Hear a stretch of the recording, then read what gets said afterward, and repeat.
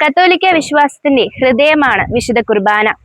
സ്വർഗത്തിൽ നിന്നിറങ്ങിയ ജീവനുള്ള അപ്പമായ യേശുവിനെ സ്വീകരിക്കുന്ന ഏറ്റവും മഹത്തായ അനുഭവമാണ് വിശുദ്ധ കുർബാന. അനേകം വിശുദ്ധന്മാർ വിശുദ്ധ കുർബാനയെ തങ്ങളുടെ ജീവിതത്തിന്റെ ഏറ്റവും മഹത്തായ സന്തോഷവും ശക്തിയും ആക്കിയിരുന്നു. ഇന്ന് നമുക്കിടയിൽ ഒരു പ്രത്യേക സാക്ഷ്യമുണ്ട്. തന്റെ ആദ്യ ദിവ്യകാരുണ്യ സ്വീകരണ ദിനം മുതൽ ഒരു വർഷക്കാലം ഒരു ദിവസം പോലും മുടങ്ങാതെ വിശുദ്ധ കുർബാന സ്വീകരിച്ച ഒരു കൊച്ചുമകൻ. ഈ 7ാം ക്ലാസ്സുകാരന്റെ ആത്മീയ യാത്ര, അതിൽ അവൻ നേരിട്ട വെല്ലുവിളികൾ, കുടുംബത്തിന്റെ പിന്തുണ എന്നിവ അറിയുവാനായി അവനോടും അവന്റെ കുടുംബാംഗങ്ങളോടും നമുക്ക് സംസാരിക്കാം.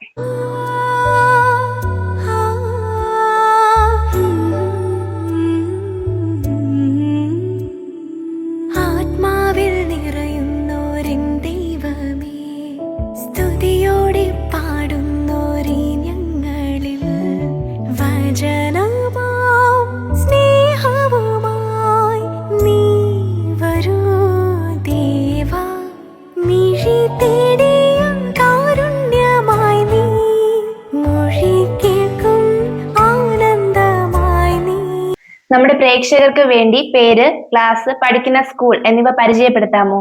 എൻ്റെ പേര് ആൻജു സജയ്. ഞാൻ പഠിക്കുന്നത് 7ാം ക്ലാസ്സിലാണ്. എൻ്റെ സ്കൂളിന്റെ പേര് good Shepherd English medium high school, Malayinkeezhu. Okay, അപ്പൊ ആൻജോയ്ക്ക് ആദ്യമായിട്ട് ദിവ്യകാരുണ്യം സ്വീകരിച്ച ഒരു മൊമെന്റ് ഉണ്ടല്ലോ, ആ ഒരു ദിവസം. അപ്പൊ ആ ദിവസം എങ്ങനെ തോന്നി? എനിക്ക് മുമ്പ് ഞാൻ കുർബാന സ്വീകരിക്കുന്നതിന് മുമ്പ് ഈ കുർബാന സ്വീകരിച്ചിട്ടുള്ള കുർബാന എടുത്തിട്ട് പോകുന്നത് കാണുമ്പോൾ എനിക്കും സ്വീകരിക്കണമെന്നൊരു ആഗ്രഹം തോന്നി. ആ സ്വീകരിച്ച ദിവസം എനിക്ക് വളരെ സന്തോഷമായിരുന്നു.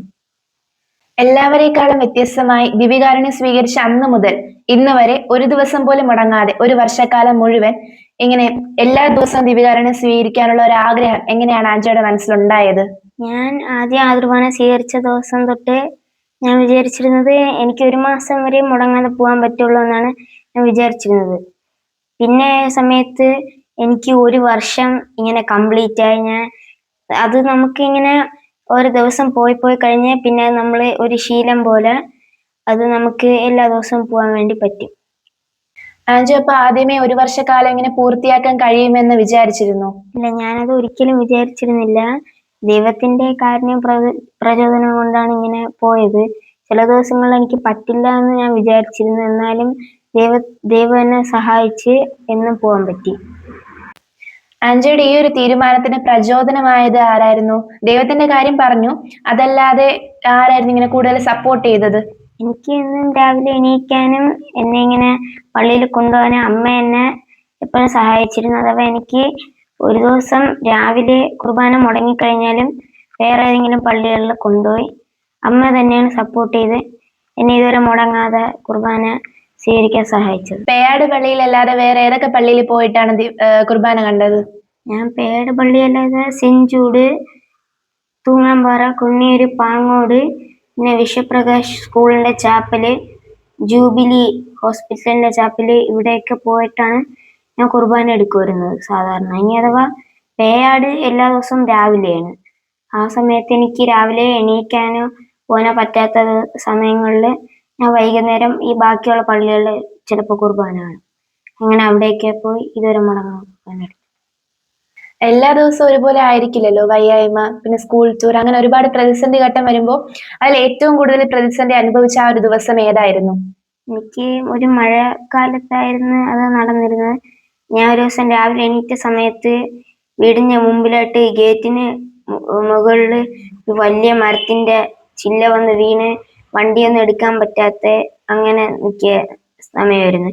കഴിഞ്ഞ കുർബാന 6 മണിക്ക് എണീറ്റ സമയമായിരുന്നു. 6:30ക്കാണ് കുർബാന. അങ്ങനെ പിന്നെ നടന്നാണ് പോയത്. നടന്നു പോയി പിന്നെ ദൈവത്തിന്റെ കൃപ കൊണ്ട് കുർബാന തുടങ്ങുന്നതിന് മുമ്പ് അവിടെ എത്തി. എനിക്ക് പിന്നെ നമ്മുടെ പള്ളിയിൽ നിന്നും സ്കൂളിൽ നിന്നൊക്കെ ടൂർ പോരുന്ന സമയത്ത് എനിക്ക് കുർബാന മുടങ്ങുമെന്നുള്ളൊരു പേടിയുണ്ടായിരുന്നു. അങ്ങനെ ആ ടൂറൊക്കെ ഞാൻ ഞാൻ പോവാതെ ഞാൻ കുർബാനയ്ക്ക് വേണ്ടി കൂടുതൽ പ്രാധാന്യം കൊടുത്ത് അങ്ങനെ ഞാൻ ടൂർ മുടക്കിയിട്ടാണെങ്കിലും കുർബാനയ്ക്ക് പോയി. പിന്നെ പപ്പയ്ക്ക് വയ്യാതിരുന്ന സമയത്ത് ജൂബിലി ഹോസ്പിറ്റലിലാണ് അഡ്മിറ്റ് ചെയ്തിരുന്നത്. അപ്പൊ അവിടെ ജൂബിലിയുടെ ചാപ്പലില് എന്നും കുർബാന ഉണ്ടായിരുന്നു. അങ്ങനെ അവിടെ പോയി കുർബാന സ്വീകരിച്ച് അങ്ങനെയാണ് ഇതുവരെ 1 വർഷം പൂർത്തിയാക്കിയത്. അപ്പൊ ടൂറൊക്കെ പോകുമ്പോ ആന്റിയുടെ ഫ്രണ്ട്സ് ഒക്കെ ഒരുപാട് ഇങ്ങനെ നിർബന്ധിച്ചിട്ടില്ലായിരുന്നു നമുക്ക് പോകാന്നൊക്കെ പറഞ്ഞ്. അപ്പൊ അങ്ങനെ ഒരുപാട് ബുദ്ധിമുട്ടുകൾ വന്നപ്പോഴത്തേക്ക് അതൊക്കെ എങ്ങനെയാണ് ആൻജോ അഭിമുഖീകരിച്ചത്?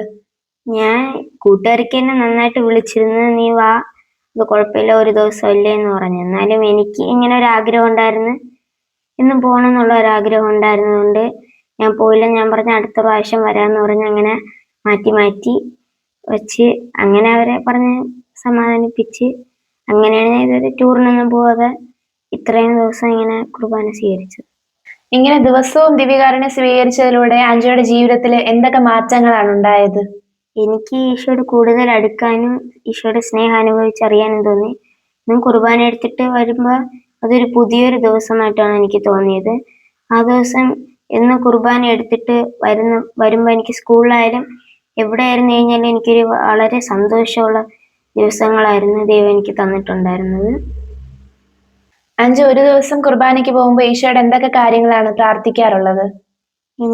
ഞാൻ എന്നും പ്രാർത്ഥിക്കാറുള്ളത്, എനിക്ക് അടുത്ത ദിവസം പുതിയൊരു ദിവസത്തിലേക്ക് എന്നും കുർബാന സ്വീകരിച്ച ഒരു പുതിയ ദിവസം തുടങ്ങാൻ വേണ്ടിയുള്ള കൃപയ്ക്കായിട്ട് ഞാൻ പ്രാർത്ഥിക്കും. എന്നും സന്ധ്യാപ്രാർത്ഥനയ്ക്കൊക്കെ ഞാൻ ഈ കാര്യം പറയും. പിന്നെ ഈശോയോട് ഞാൻ കൂടുതൽ ചൊല്ലുന്ന പ്രാർത്ഥന സ്വർഗസ്ഥനായ പിതാവും വിശ്വാസ പ്രമാണമാണ്.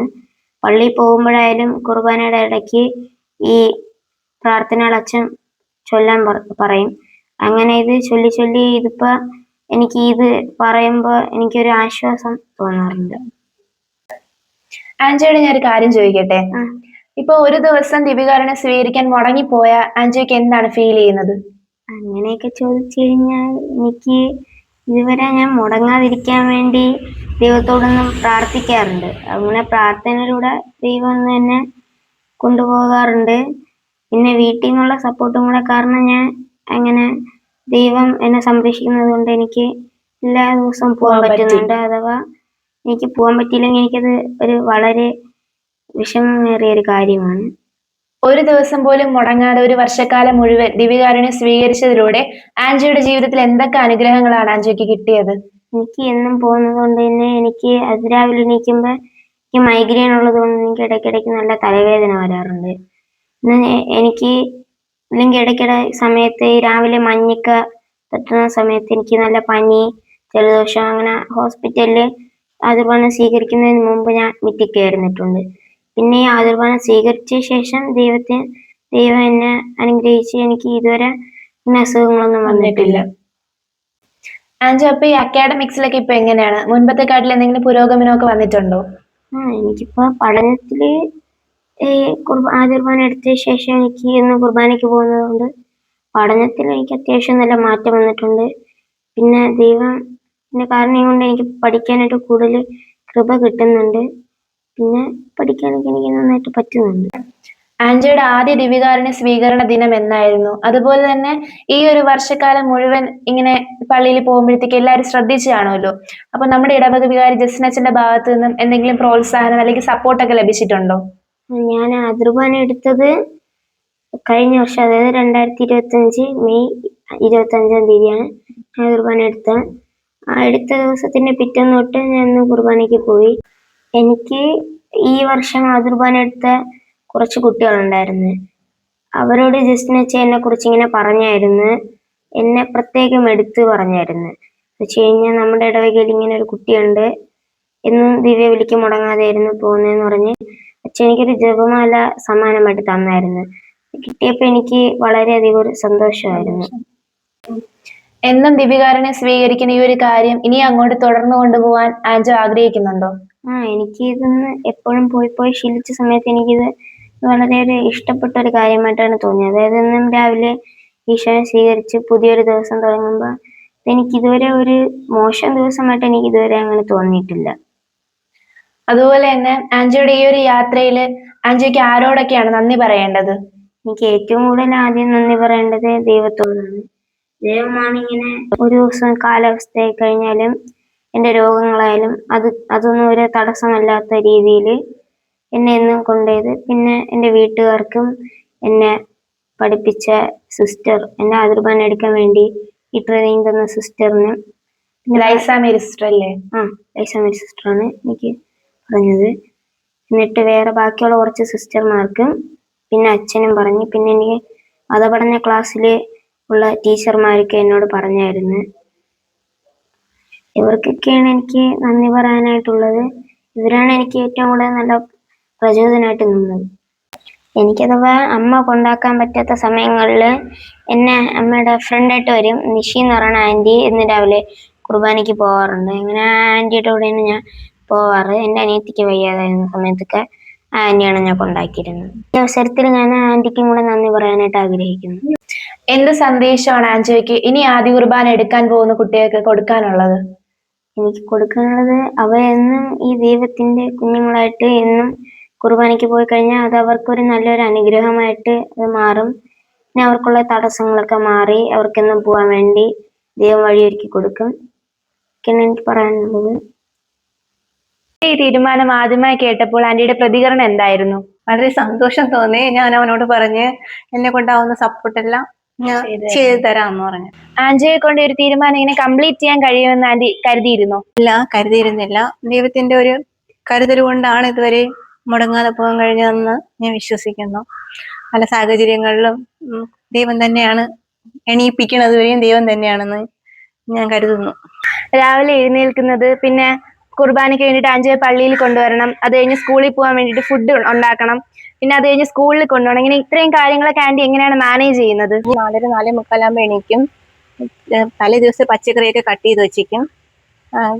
ലഞ്ചും ബ്രേക്ക്ഫാസ്റ്റും ഒക്കെ ദേശമൊക്കെ ഉണ്ടാക്കി വെച്ചിട്ട് 5:45 ആകുമ്പോഴത്തേക്ക് അവനെ ഞാൻ വിളിക്കും. അവൻ 6 മണിയൊക്കെ ആകുമ്പോൾ ഒക്കെ റെഡിയായി എണീറ്റ് റെഡിയാവാൻ തുടങ്ങും. അത് കഴിഞ്ഞ് 6:20 ആകുമ്പോഴത്തേക്കും ഇളയാളെ റെഡിയാക്കി ഞങ്ങൾ പള്ളിയിൽ പോകും. പോയിട്ട് വന്ന് അവന് കാപ്പിയൊക്കെ കൊടുത്ത് 8:10 ആകുമ്പോഴത്തേക്കും സ്കൂൾ ബസ് വരും. ബസ്സിലാണ് പോകണം. അങ്ങനെ പോകുന്നുണ്ട്. ആൻജോ ദിവസേന ഇങ്ങനെ പള്ളിയിൽ പോകുന്നത് വഴി ആൻജോയുടെ ആത്മീയ ജീവിതത്തിൽ എന്തൊക്കെ മാറ്റങ്ങളാണ് ആന്റി ശ്രദ്ധിച്ചത്? ആൻജിയുടെ ജീവിതത്തിൽ നല്ല മാറ്റമുണ്ട്. ഞാൻ എന്തെങ്കിലും പറഞ്ഞ പെട്ടെന്ന് അവന് ദേഷ്യം വരും. ഞാൻ പറയണ എന്തെന്ന് പോലും അവന് കേൾക്കാൻ നിൽക്കില്ല. മിക്കവാറും പഠിക്കുന്ന കാര്യമാണ് അവനോട് ഞാൻ പറയണത്. അതിന് നല്ല മാറ്റമുണ്ട്. ഒരിക്കൽ കഴിഞ്ഞാൽ അതുപോലെ എന്ത് പറഞ്ഞാലും ദേഷ്യപ്പെടുന്നുണ്ട്. എനിക്ക് നല്ല വിഷമമുണ്ട്. അപ്പോൾ ഒരു ദിവസം പള്ളിയിൽ കൊണ്ടുപോയപ്പോൾ ഫ്രാങ്കിൻ്റെ ഞാൻ അച്ഛനോട് പറഞ്ഞു, അച്ഛാ ആൻറ്റിക്ക് ഭയങ്കര ദേഷ്യമാണ്, ഞാൻ എന്ത് പറഞ്ഞാലും പെട്ടെന്ന് എന്നോട് തിരിച്ച് മറുപടി പറയണ ദേഷ്യത്തിലാണ് എന്ന് പറഞ്ഞപ്പോൾ അച്ഛൻ ചോദിച്ചു, എടാ എനിക്കാണ് ഏറ്റവും കൂടുതൽ ദേഷ്യമുള്ളത്, അപ്പൊ പിന്നെ അതിനേക്കാളും ദേഷ്യമുണ്ടോ നിനക്ക്? ഫ്രാങ്കിലിന്റെ അച്ഛനല്ലേ? ഫ്രാങ്കിലിന്റെ അച്ഛൻ. അതിന് ദേഷ്യമൊന്നും പെടരുത് കേട്ടോ, അമ്മ പറയണേക്ക് അനുസരിക്കണം എന്നൊക്കെ പറഞ്ഞിട്ടുണ്ട്. കുർബാനയ്ക്ക് ഇപ്പൊ പോണോണ്ട് ഇപ്പൊ ഞാൻ എന്ത് പറഞ്ഞാലും അവൻ സമാധാനത്തോടെ കേൾക്കുന്നുണ്ട്. ആ പറഞ്ഞ കാര്യത്തിന്റെ എന്താണെന്ന് അവൻ മനസ്സിലാക്കുന്നുണ്ട്. പഠിക്കുന്ന കാര്യം പറഞ്ഞാലും എന്തെങ്കിലും അല്ലാതെ കുടുംബത്തിലെ കാര്യങ്ങൾ നമ്മൾ സംസാരിക്കുമ്പോഴാണെങ്കിലും അവന്റെ മുന്നോട്ടുള്ള ജീവിതമാണെങ്കിലും അവന് നല്ല കേൾക്കാനും അത് പിന്തുടർന്ന് പോവാനും ഉള്ള ഒരു ആഗ്രഹം അവനുണ്ട്. ക്ഷമയും ഒക്കെ ഉണ്ട്. പ്രാർത്ഥിക്കാനാണെങ്കിലും ഉള്ള അതൊക്കെ ഇപ്പം ഉണ്ട്. വീട്ടിലുള്ള ബാക്കി അംഗങ്ങളുടെയൊക്കെ സപ്പോർട്ട് എങ്ങനെയാണ്? എല്ലാവരും നല്ല സപ്പോർട്ടാണ്. അവന്റെ പപ്പയാണെങ്കിലും വിളിക്കുമ്പോൾ ചോദിക്കാറുണ്ട്, നീ അവനെ പള്ളിയിൽ കൊണ്ടുപോയോ എന്ന് ചോദിക്കാറുണ്ട്. എല്ലാവരും സപ്പോർട്ടാണ്.